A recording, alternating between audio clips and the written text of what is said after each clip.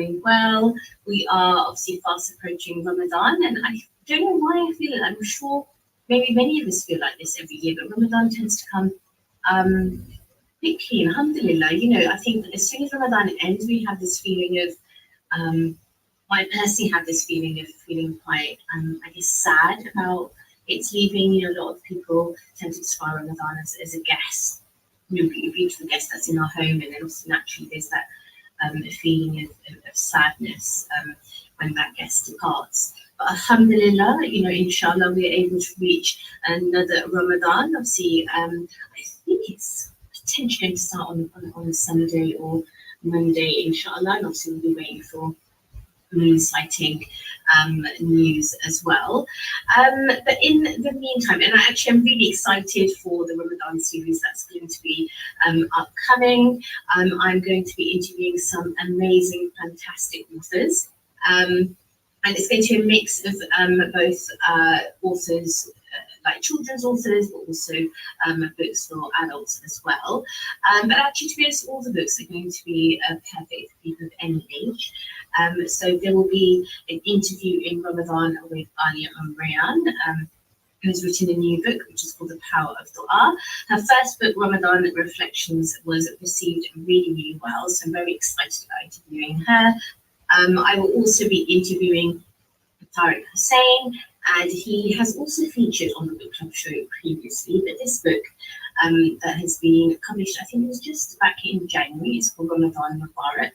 And it's a really cute little book, which is full of quotes and hadith and ayahs from the Quran and really pretty kind of calligraphy and images to go with it. And I'm really excited to be talking to Tariq and interviewing him during Ramadan as well.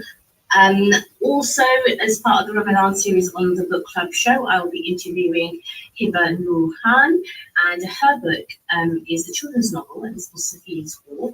It was recently longlisted for the Carnegie Medal Award, which is a fantastic accolade to have as an author. It's a beautiful, beautiful book, mashallah. And again, even though it's a children's novel, I read it and I absolutely fell in love with it. So please also do watch this space for that interview. And I also will be interviewing another author, actually another two authors. So we have, inshallah, a interview with Palestinian writer Aya Ghanameh, and she's written These Olive Trees. And of course, in light of everything that is happening at the moment in terms of Gaza, in terms of Palestine, it was really important to feature, a Palestinian voice as well. And last but not least, I will also be interviewing Suhaima Mansour Khan. She has been on the book club show previously as well. So she is an amazing artist, an amazing writer, and her new book, Seeing for Ourselves. I'm really excited to be interviewing Suhaima for that. So we've got a wonderful, inshallah, Ramadan series on the book club show. So please do keep a lookout. We'll be promoting those shows very soon across social media and across the website as well. And as always, you can actually listen back, obviously, to the book club show, not only through the Inspire FM website, but it's also across the different podcast platforms as well. So you can catch the show if there's any shows that you've ever missed, or maybe you have a particular favourite show that you want to listen back to. I mean, I would love that. So please do obviously follow the book club show and have it on your reminder list. Follow, of course, Inspire FM on social media as well, where they always show different updates on different shows. But yes, so coming back to today's show, you will have noticed the past book club shows I've done. I'm dedicating most of them to Palestinian voices, and this show will be similar to that. We have a collaboration between two theatre companies, and these theatre companies, one is based in Gaza, which is called Theatre for Everybody, and there is AZ Theatre, which is based in London. Now, they have a series of, I guess we can say, stories or testimonials that they've been collecting, specifically by Hassan Madhouri and his daughter Salma. And these are basically experiences that they have shared since October the 7th. And there's also an account from Shuk Al-Najjar in Gaza as well. So Hassam is the co-director of Theatre for Everybody, and they basically working with this theatre company as a theatre in London, and they have collected different accounts of what's been happening since 7th of October in Gaza. And basically there is on the AZ Theatre's website, you can go to it and you are able to access the different stories that they've shared. So I thought what would be a really great idea is just to pick a few of these and to share them on today's book club show. And I guess it's just a reminder. I talk a lot, obviously, about the importance of reading, about rekindling our love for books, because reading is such a. I mean, for me, I obviously read for pleasure. Maybe those of us who are studying, maybe we're at university or at school, or maybe we go to madrasa or we're doing tajweed lessons. I mean, there's such a broad spectrum when we think about what reading actually means, or what it means to pick up a book. And to be honest, that could be a magazine, it could be an audio book, it could be a newspaper, it could be a blog. I think I tend to make sure I have quite a broad spectrum because people have a different ways of approaching reading. I think the main thing is that we are having the intention of seeking knowledge, and the whole premise, of course, of when I started the book club show on Inspire FM was rooted in the fact that the first revelation of the Quran was Iqra, it was read.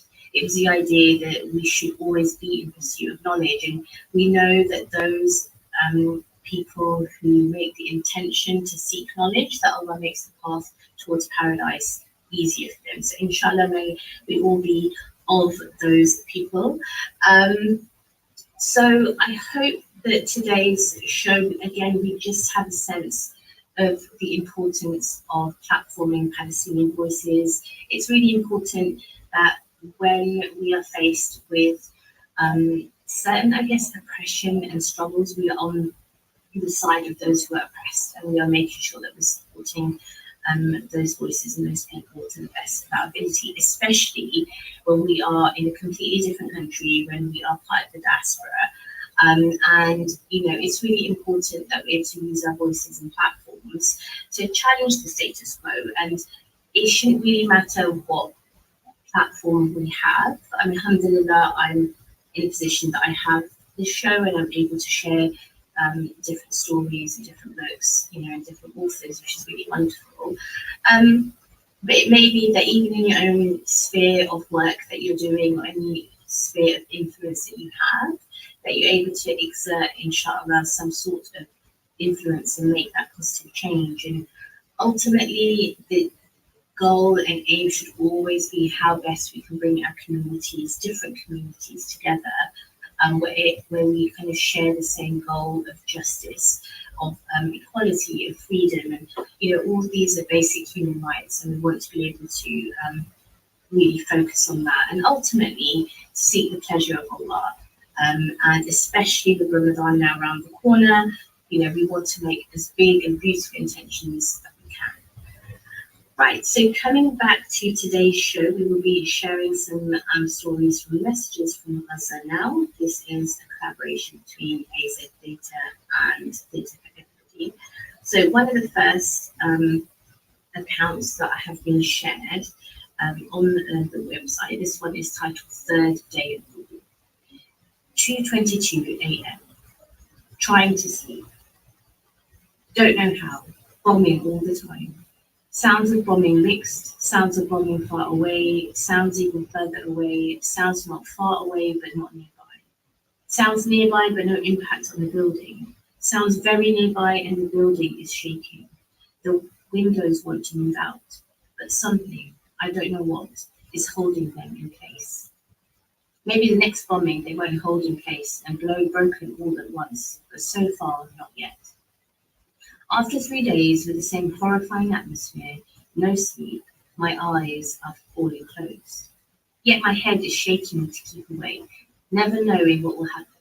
never knowing if the next bombing will get us or force us to evacuate like thousands who have already evacuated their homes. We've prepared an escape bag, but the scenario of evacuating is a nightmare. With my disabled 83-year-old mother in a wheelchair, my terrified dog, but of course with my strong wife. But we haven't prepared yet where to evacuate to, where to go. Choices are zero. Any movement towards any other family members in other cities is already a suicide attempt. Nearby, friends are already hosting many of their family members. Maybe staying inside the car would be an option. We really don't know. Yes, I started with trying to get to sleep. Okay, again trying to sleep at 2:22 a.m. I think I succeeded. At 4:37 a.m., my wife Abir was calling my name. I heard my name as if it came from a far distance. Again, Abir is calling my name. What? I said, still keeping my eyes closed. There is knocking at the door. I open my eyes. I see nothing. Complete darkness. No electricity. No standby generator. No slight light from the street. Dark. I said, there is no knocking. She said, listen. I listened. There was soft knocking at the door. Took my mobile, opened the torch option, and moved toward the front door. The soft knocking continued. Who is it? Saleh's mother, our neighbour from the fifth floor. Without opening the door, what's up, Saleh? It is Salma, your daughter in Lebanon. She was trying to reach you for hours, and when she could not, she called my niece in Jordan with me, asking to reach you. She is so panicked as you do not reply. Thanks, Saleh. Trying to call Salma, it is impossible. No internet, no mobile since 11 p.m. last night when the Israeli Air Force bombed the telecommunication hub. Salma, our sole daughter, who is away from us for the first time in her life, in Lebanon since a month ago for her master's degree. I get very frustrated. I must find a way to contact her, to call her. I know she will collapse if she doesn't hear from us. She's already thought about leaving her master's and coming back to be with us. Bombing continues while this is happening. The dog sticks to me out of fear. My mother wakes up asking to go to the restroom, and I'm trying to think what to do. Trying to call Salma by mobile, all calls fail. I went down to the basement of the building where at least 6 families from the upper stories of the building took refuge. I asked if there was any alternative way for internet or communication. They say, no, we've all lost this privilege. The building guard said, if you go out of the building, you might get a signal. Going out? In this dark? In the street? While there's bombing every single second, and no one knows where it's happening and what the targets are? It took me 0 time. I moved out away from the building in the direction the guard told me to go, trying to call. Failed. Moving further and trying again. Failed. Moving and trying again. After at least 17 times, the mobile rang at the other end. Salma, yes, finally. She said nothing. She fell into deep crying. I understood. I could imagine what she went through during these hours without reaching us. I let her cry. I wanted very much to cry. I could not. I should not. What's up, Salma? We are okay. We are alive. You know communication is interrupted. I really don't know what I said until she calmed down. Then she went to her university, and I went back to think through with Abir. If we had to evacuate, where to go? It is 9:45 a.m. I finished writing this post. This extract that goes on to messages sent from Salma Medina in Beirut to Jonathan Chaddick. My family hasn't had internet since yesterday, so we decided they would send me a text message every 2 hours to assure me that they're fine. Until I get the message, I'll be vomiting up my organs out of terror. May Allah protect them and keep them safe. Then later, I feel guilty that I'm safe. Then later, I'm thinking about the pigeons flying by my window, our missiles are about to murder me. Then she wrote, there is no media coverage. More than 7 journalists have been killed. There is no electricity. internet, helplines, or water, and all aid is forbidden from entering the Gaza Strip. Today, Gaza is more than just an open-air prison, it is also a locked area of genocide. This aggression is not excluding anyone, not even children. I wonder how they are threatening such an aggressive occupation of prisons. Innocent people, civilians, women and children are being killed in the worst ways possible. They're seeing their families and their beloved ones die in front of them. Healthcare workers see their family members' dead bodies among the victims that they are attempting to help. Numerous hospitals in the Gaza Strip have completely stopped working due to bombing of actual hospitals, and even the ambulances have been targeted. This hostile occupation does not want the injured to be treated. The explicit purpose is to banish the city and the civilians living in it. The civil defense and the Red Cross are unable to reach the massacres and are unable to help the amount of people who are exposed to this aggression. People are crying and asking for help under the rubble without any assistance. Where is the international community that is seeking to implement the international humanitarian law? Why are the bootlickers still scared, covering their eyes and keeping their mouths shut? What should move countries in a general will other than a wholesale slaughter?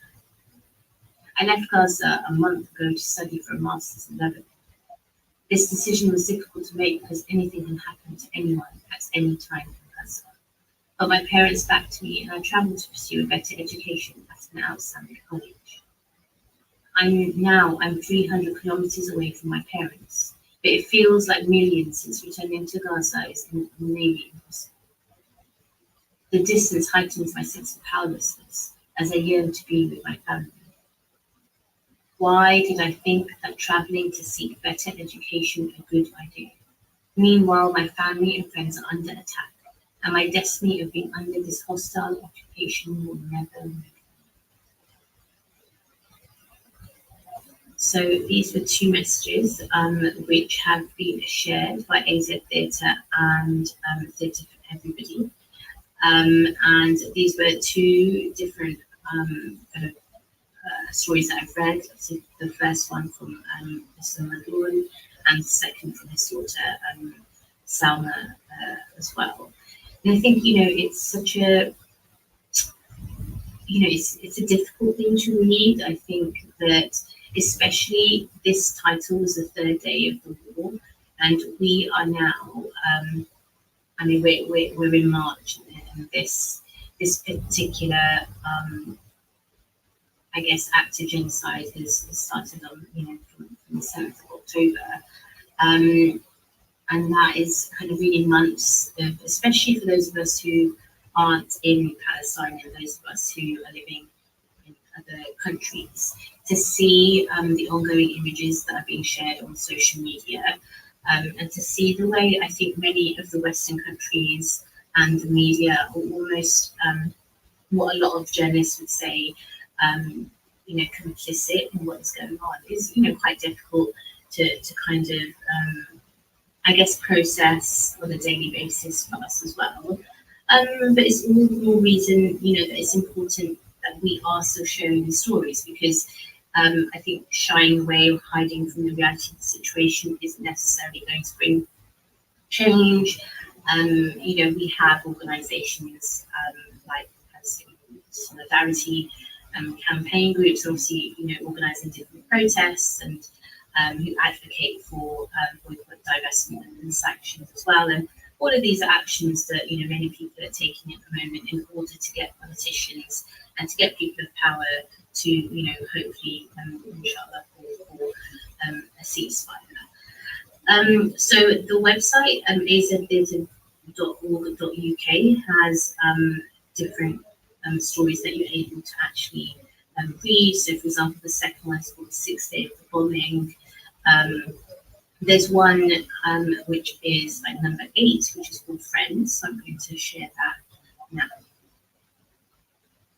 I called a friend today. He moved from Gaza City to Rafah with his family. Rafah is the last place in the Gaza Strip before you get to the border with Egypt. How are you? I am okay. The family? We are all okay. Where are you? At a school in Tel El Sultan in Rafah. Why in a school? I can find you an apartment.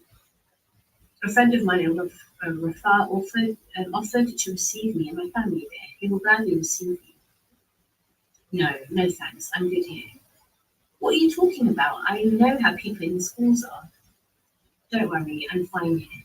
My friends have offered me apartments, so I'm staying here in the school. Okay, my friend, as you wish. Be safe. End of call. What a stubborn man. He refuses help. One day his pride will kill him. Wait, why judge him? Thousands of homes were bombed without warning. Maybe he was afraid to go to a home that he doesn't know. Maybe he believed it's more safe in a shelter school. These schools were designated as shelters in an emergency by UNRWA and the United Nations Humanitarian Affairs Office in coordination with the Israelis years ago after the 2014 war. They should be protected. Yet, in Khan Yunis, 3 days ago, a bombing took place at the gate of one of the shelter schools, and 5 people were killed, 22 people injured. 5 days ago, another shelter school in Maghazi camp was bombed, and 3 were killed. Anyway, each person is trying to survive in the way they think is best for them. I called another friend, Margaret, who has also moved from North Gaza to Khan Yunis to another shelter school. How are you? I am good. How is the situation in the school?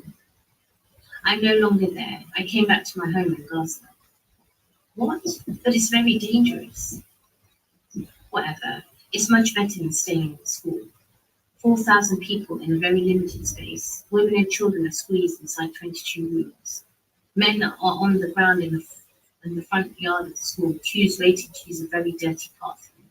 No water, no food, no electricity, no light at night, no privacy, lots of tension, people fight and argue over anything. I can't tolerate this life. Here I am at my home, and I'm not going anywhere. If I survive, I survive. If I die, let it be with some dignity. I could say nothing, but be well, my friend. Stay safe. Hope to see you soon. He was outraged when he was speaking, I can understand. Another friend, Javan, he went to Egypt 2 days before the war. He couldn't come back as the border with Egypt was closed. His extended family moved from East Khan Yunis to take refuge at his home in Gaza on the second day of the war. A small apartment with 32 people. Old mothers, women, young children, young people and little children. The third day, there was a bombing of a home on the other side of the 20-meter wide street from his home, while his family were inside. The whole front of the house was completely destroyed. Like a miracle, not one of his family was dead or injured. I am unable to realize or imagine what he would feel or think. Can anyone feel? So this was Friends, again shared by Hosam Mahmoud in Gaza, who is part of Theatre for Everybody in Gaza as well. And my own personal reflections of the fact that, alhamdulillah, we are able to be in the safety of our homes. We have the safety of our friendships and relationships that we know majority of the time that the people we love and we hold dear to us, inshallah, are safe. But I guess the impact it would have knowing that actually at any given moment there is danger lurking for friends and family, the danger of being bombed or massacred. And actually, how do you deal with that? And that question at the end, where he says, I'm unable to realize, imagine what you would feel, I think, can any of you? And actually, it is impossible to, even comprehend, I guess, what people in Gaza, what Palestinians are currently going through. And especially, for any of us, especially those of us who might be from different diaspora communities, me myself in terms of, South Asian heritage. I mean, we know the horrors of the partition and all the things that led to, obviously, all the impacts, I guess, of the British Empire and what impact that had on our families, generationally, and many of us are still feeling that even today. But this is something that is currently happening, here and now, and it's definitely a question for us. We need to think about putting ourselves in, these different stories and to empathize, but inshallah, again, to kind of say what positive action and steps can we take to ensure that, we're able to call for a ceasefire, we're able to look to a future where all people, regardless of their faith and background, have equality, have dignity, have freedom, have liberation, all those things that maybe some of us take for granted. So we're heading over to a break now. I will be back in a few moments. I'll continue sharing these stories from Gaza. So don't go anywhere, and inshallah we will be back in a few moments. Assalamu alaikum.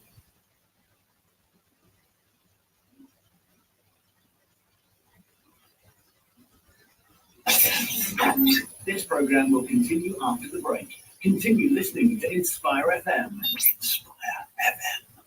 Inspire Wi-Fi.1 Assalamu alaikum. This is Hamza Fletcher from Birmingham. My name is James from Chicago. My name is Shazia Salim. I eat food. My name is Parveen Ahmed and I'm the curry queen of Hale. My name is Hamza Khan. I'm a local scout leader. My name is Namnoon. I'm a local resident of Luton. My name is Dawood Masood. I'm from the young person of the year. My name is Riyad from the Food Council of Faith. My name is Alinda. I'm from Shrekha. Keep listening to Inspire on 105.1 FM.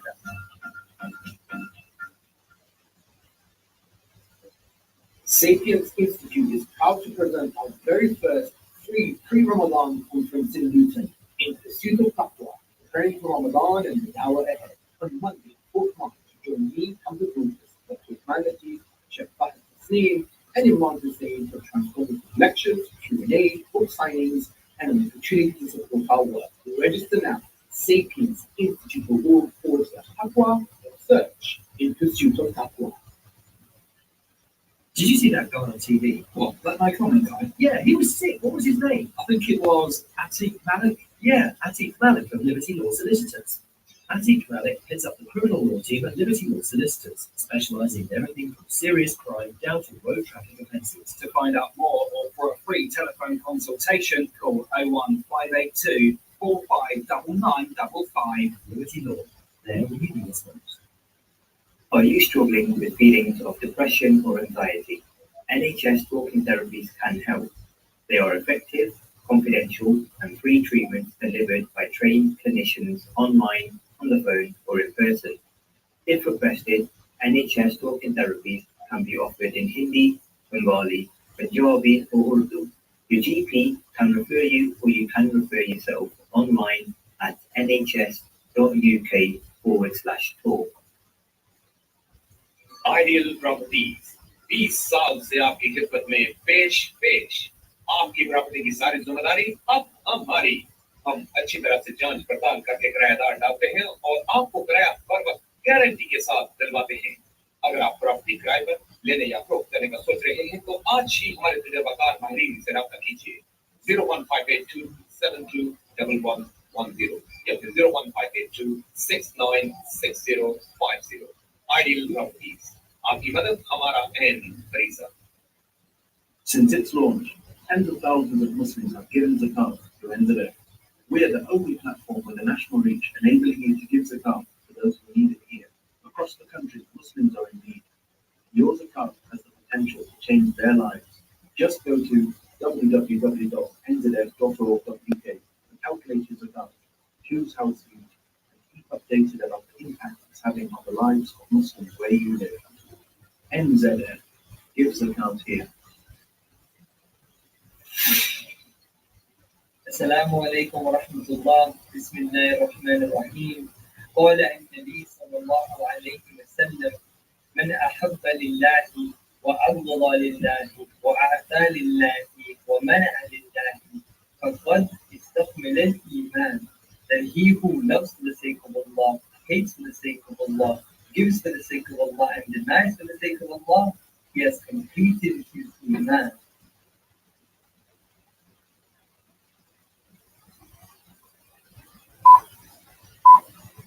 From the studios of Inspire FM, the time is now 10:30.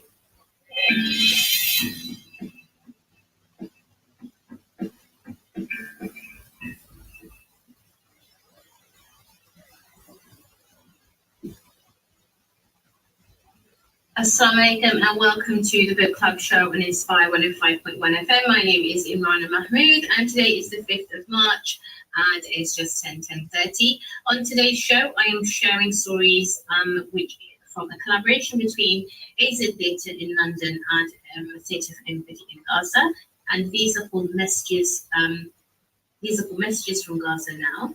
And just in the first half of the show, I was sharing some of these stories. The first was called The Third Day of the Bombing, and the second I shared was titled Friends. So I'm going to continue in the second half of the show sharing more of these.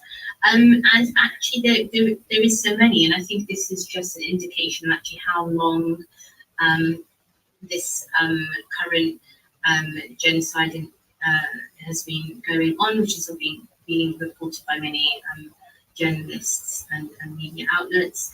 On this particular website, www.aztheatre.org.uk, it currently has 73 different, stories, testimonials, or experiences that have been shared. Most of these have been shared by Hassan Madoun and his daughter, and there are also accounts from Shuk and Najar in Gaza. So Hassan is the co-director of Theatre for Everybody in Gaza, and both Theatre for Everybody and AZ Theatre in London have been working since 2002 and have been in a bilateral partnership since 2009. And it says these accounts have been read at many events, including at P21 Gallery, P21 Gallery in London. And I think, a lot of the theatre companies have been very kind in sharing the work that they've collated. They're really keen for people to kind of share these across different platforms in order to ensure that Palestinian voices are being heard.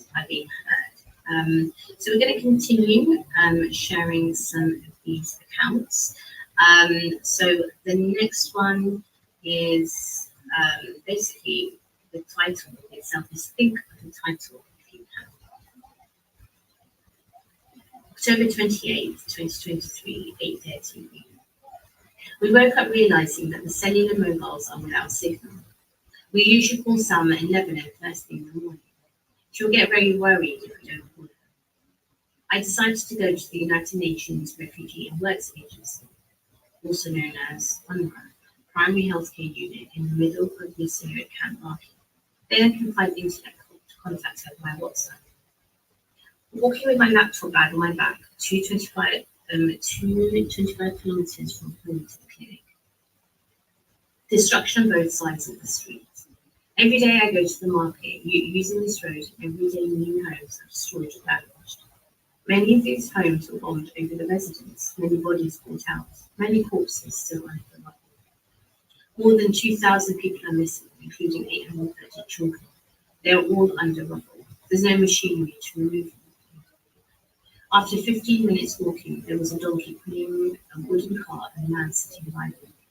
I asked if I could join him. He welcomed me. I thought to myself I would take a photo riding the donkey. I did. I thought maybe I should take some photos of the street. I did. Then I took a selfie. I looked at my photo. I look good. Maybe I need a haircut, but I look good. Despite everything and anything, I look good. I felt good. I thought to myself, hey, I'm still alive. My family as well. I will not give up. The market as usual, full of people, but obviously not full of life. I ignored this idea. I'm alive. Arriving at the clinic, no internet, no phones, no mobiles, the Israelis cut them off. My God, my daughter. She'll know from the news that she can't reach us. My heart is with you, my baby, I think of you.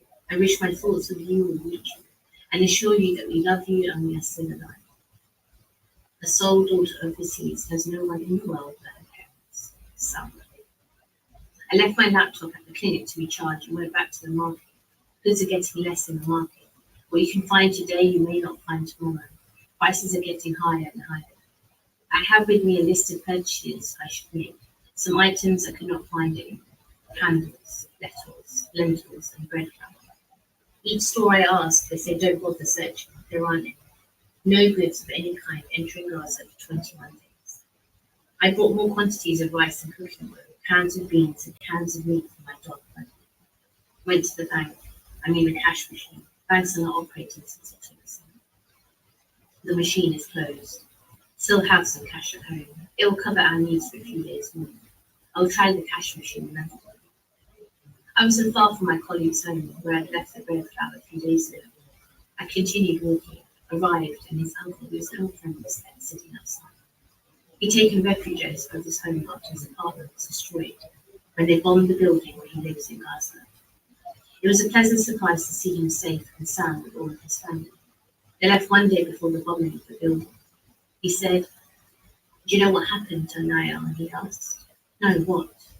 On the 18th, he was still at home, when very heavy bombing took place in his neighbourhood. They decided to leave, although it was dark. They jumped into the car with nothing, drove until Al-Shifa Hospital to take temporary shelter till daylight. As they arrived, they realised his old son was not there. His 23-year-old son wasn't in the car. He was left behind. They got hysterical, no way to go back, an absolute suicide. They start calling the son. The mobile was ringing, but no answer. Dark and bad thoughts filled their heads. The mother fainted. The father started to call everyone to say, "I lost my son. I forgot my son at home." Several friends, including me, kept calling. The mobile was ringing, but no answer. This is a very bad sign. It means something happened to him. Hours seemed like an age until daylight. The father drove back home. The home was still standing. He entered the home calling loudly the name of his son. Finally, he heard his son answering with a very weak voice, "I am here." He moved toward the voice.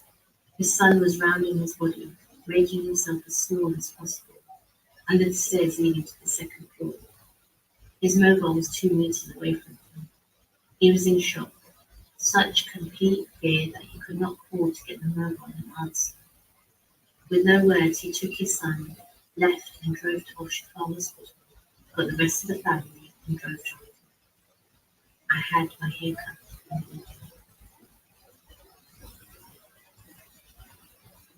So that was another account shared by Hassan in Gaza on the 28th of October. He's titled it, "Think of the Title If You Can." And subhanAllah, that in itself is a provocation for us to really think how on earth we could even, begin to think of the title for something as heartbreaking, as difficult, as an account like this to read. And I think what is really difficult for me, thinking as I'm reading and sharing this with you, is that this was written on the 28th of October. And we know so much has happened since then, so much destruction, so much death, so much killing.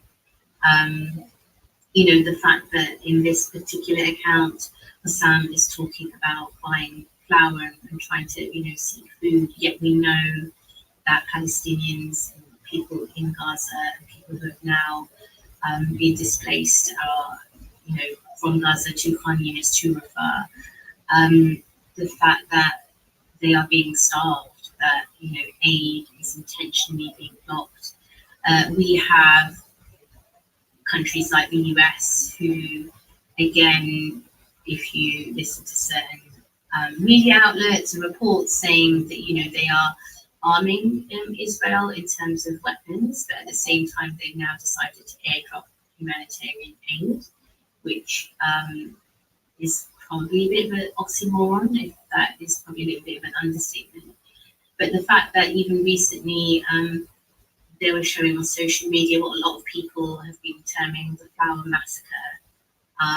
There have been reports that Palestinians who are obviously being starved and who are very desperate for food have gone to a particular place hoping that they'd be able to get bags of flour and take it home to their families who are obviously starving and hungry, and then basically being killed and shot and massacred. And to think actually this was an account that I've just read, which is written all the way back in October, but so much has happened since then.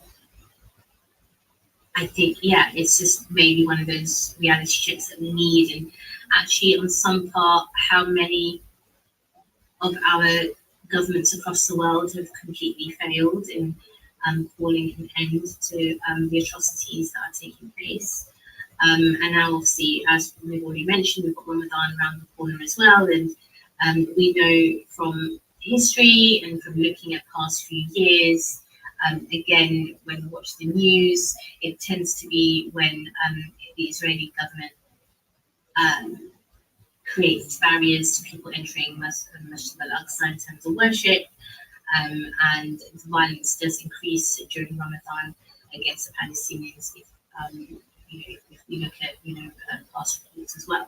So it's really important that we bear all of this in mind. So just a reminder, if you just joined the show, I am sharing accounts from Messages from Gaza Now. This is in collaboration with AZ Data and a theatre for everybody which is based in Gaza. So another story that, or another account, I should say, because obviously these are actual accounts, real accounts that are being shared live on the ground. So the next one is titled Sounds. Lay down on the mattress, complete darkness, but for the slight light of a poor small candle. Closing my eyes, hoping to fall asleep, it doesn't work. 2 days and nights, not a single minute of sleep. It's amazing how human senses become stronger and more sensitive when we use them. Like people who have no eyesight, their hearing becomes sharper. This is what happens to me while closing my eyes.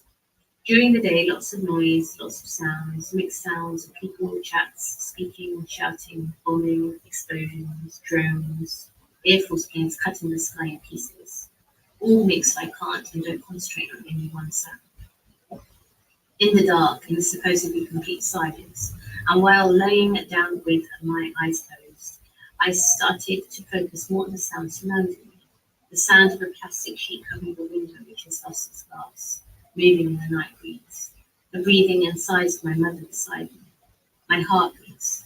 The squeak of the field cockroaches. The sound of a bird back late to his nest, or flying out of his nest due to an explosive sound. Little baby crying at the nearby neighbour's home and his mother cradling him. The swish of branches in the trees, moving slightly. The whoop of an owl coming from the distance. Street dogs getting crazy and barking when dogs happen. Sounds of some cats fighting. All those sounds mean life, mean hope, mean tomorrow will come despite anything. Other sounds are coming, over all other sounds, making all other sounds vanish, occupying the air and the atmosphere, invading the silence to say death is coming. The sound of the military drone. The only similar sound is the electric shaving machine doubled 100 times, filling the space with this annoying noise that no one can ignore even for a moment. Every live creature is obliged to hear it at all times. Humans, animals, birds, trees, even stones could crack out of the madness of the sound forces. It reminds me only of one thing, the Middle Ages slow killing by torture. The passing military planes, F-15, F-16, F-32, F I don't know what, cutting the sky like a knife goes through a piece of butter, carrying death wherever they go. The sound of the artillery shelling, boom. Each shell makes 3 sounds. The echo of the sound repeated, boom, boom, boom, starts huge and echoes out 3 times. The sound of the rocket strikes, very loud, very sharp. If you hear it, then you are alive. It is so fast that if it hits you, you won't hear it. Anyone in Gaza who hears the rocket immediately knows that it has hit some other people, leaving death and destruction behind it. We all know that by experience. We learned the hard way through several wars against Gaza. Sitting in the dark, trying to ignore the loud sounds of death and concentrate on the little life sounds. Not easy, but this is my way to pass the night, hoping to overcome the insomnia for a few hours. So that was an account by Hassan Magoon in Gaza, which was titled Sounds. And again, it's another one that I'm not quite sure how to process. I think it's really striking the way that he has explained that sense of sound that, again, we all take for granted. He refers right at the end to something as the little life sounds, and that's what's helping him survive against this backdrop of sounds of bombing. But obviously what really sticks out is the sound of the drone, and this, I guess, constant sound that, he explains is just piercing through them, and the same with the military planes, piercing through the sky. Again, he describes the sound of artillery shelling in terms of these kind of boom, echoing sounds. I know that I came across, I think is a journalist in Gaza, Bisan, who shares a lot on social media. And I think recently, maybe a few weeks ago, maybe a couple of months then even, she shared the sound of a drone and just the audio. And I remember things fun like that. It definitely feels like psychological torture, just knowing that there's a drone there that you might be, striking you next, and just that constant sound. I can't imagine, how distressful and that and distressing, that must be. So again, another really powerful account shared by the sound. I'm going to go a bit further down. So, like I said, there's like at the moment 73 different accounts that have been shared that you're able to access on www.azdata.org.uk. So one a bit further down is called Miracles, and this is a slightly shorter one. Miracles are countless in the Bible and the Quran. In methodologies, the Saviour always appears to rescue the poor ones. The sea is separated by a touch of stick to save the people. Heroes and prophets appear from nowhere to save them. In Gaza, no saviours, no heroes, no prophets. Children are dying and no miracle. Men, women, and old people are dying and no miracles. People displaced once, twice, 4 times, 12 times, and each time they have to start from scratch, looking for shelter, food, water, and no miracles. Diseases spread among people with no cure and health services, no miracles. Fields are destroyed and no miracles. Factories are bombed and no miracles. Roads damaged and no miracles. Animals slaughtered and no miracles. Trees grasped from the roots and no miracles. Graves destroyed and corpses brought up and no miracles. Lives stopped and no miracles. School and universities destroyed and no miracles. How does God see this and do nothing? I hate miracles. So this is another account, which is a much shorter one. One, again, to make, I think, us really think, especially those of us, people of faith, those of us who are Muslim, but obviously believe in ultimate power and the will of Allah. We understand that Allah is the best of planners, that there is wisdom that we might not obviously be kind of, beyond that understanding, because as human beings, obviously our understanding is extremely limited. And as always, and maybe, we look to our teachers and our scholars and our, faith leaders for understanding of these situations, because, doubt will naturally creep in. But I think it's important to understand that sometimes we are all, as Muslims, tested in different ways. This, to some extent, I think what is happening in Palestine is a test of our own faith and our own conviction, to really think about where do our priorities lie, where do our commitments lie. I mentioned earlier on, for example, many people calling for BDS, boycott and divestment and sanction, and some people still struggling, right? They're still like, no, actually, I can't. Maybe not so bothered about, boycotting certain brands, but actually, surely that's the least that we could, try to do. But yeah, I think this account, Miracles, and the idea that the author of this has written about hating miracles and kind of feeling that, that the last question is, how does God see this and do nothing? But I just think the more pertinent question is, how do we, as human beings who have the free will and the ability to be able to call power to account and to be able to make change. That, what are we doing? Because God has given us the ability to be able to make change and be able to challenge the status quo and to be able to, I guess, come together as different communities and support one another and try to instill that change and maybe, bring in leadership that we have control over who our leaders are and who we put in positions of power. And, I think we really need to start having to think about how we do that in the future, especially, in a UK context, there'll be a general election coming up, to be very wise and to use our wisdom and, to come together and really think and reflect and, to do what we think is best for all different communities, for society, at large. I think, it's something definitely to think about. So I'm going to share one of the last accounts very quickly. So this one is called Little Dreams. I don't dream of going back home anymore. It is obviously impossible. Home is only 35 kilometers from afar, but passing through the inferno of Dante looks easier than reaching my home. So I gave up this dream. Meeting my daughter in Egypt is also another impossible dream. How can I secure $20,000 to pay the bribe for the Egyptians to get me out of Gaza with my wife and my mother? So I gave up and I accept calling her by phone or via WhatsApp every few days. I don't dream of proper health treatment for my mother while the health system in Gaza has been systematically destroyed. The hospitals are barely able to treat the thousands of injured people. So I accept treating her at home without proper examinations of blood tests, heart scans, blood pressure tests, or chest x-rays. For the time being, she is better.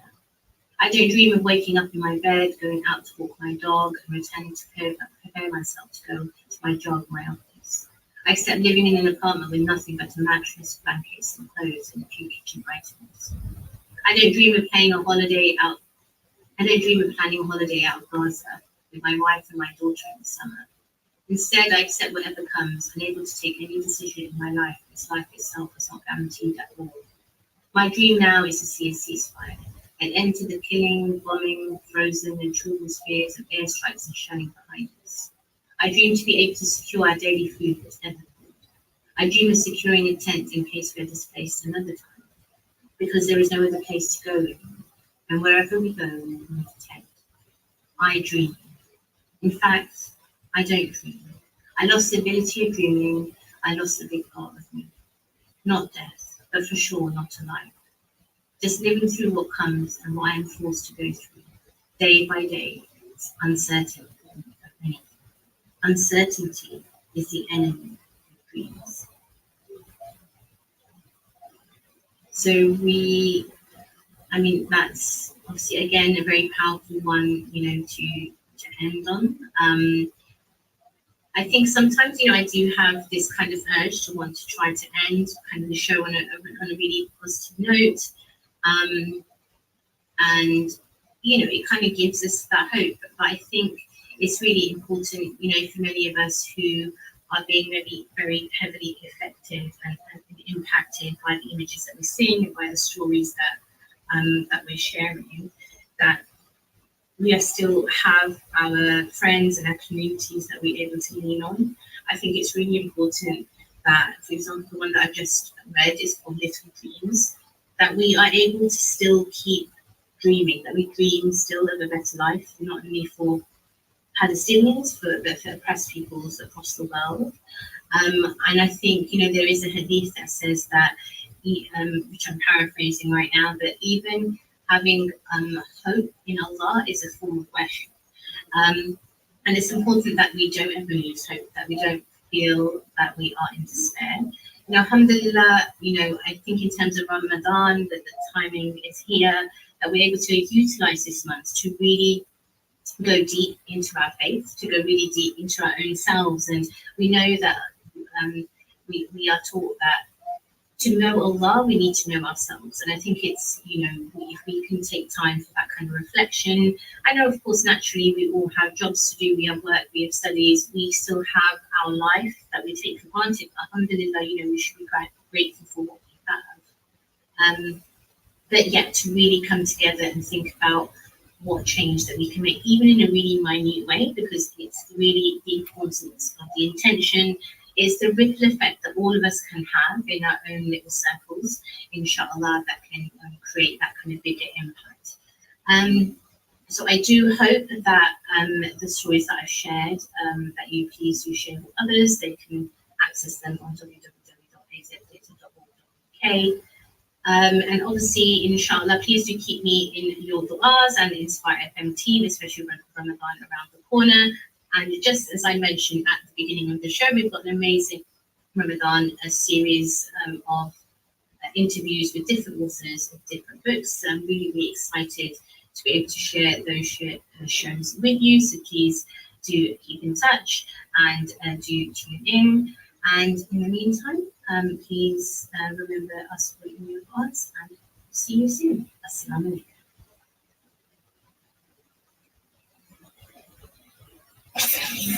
एक वक्फे के बाद साबरा हुसैन पेश करेंगी दीनी मालूमात पर मबनी programme दीन और दुनिया। सुनते रहिए inspire FM. Fasting is not only about restraining your eating and drinking. Whoever does not give up false statements and evil deeds and speaking bad words to others, Allah is not in need of forgiving his food and drink, as Bukhari. You are number 19 in the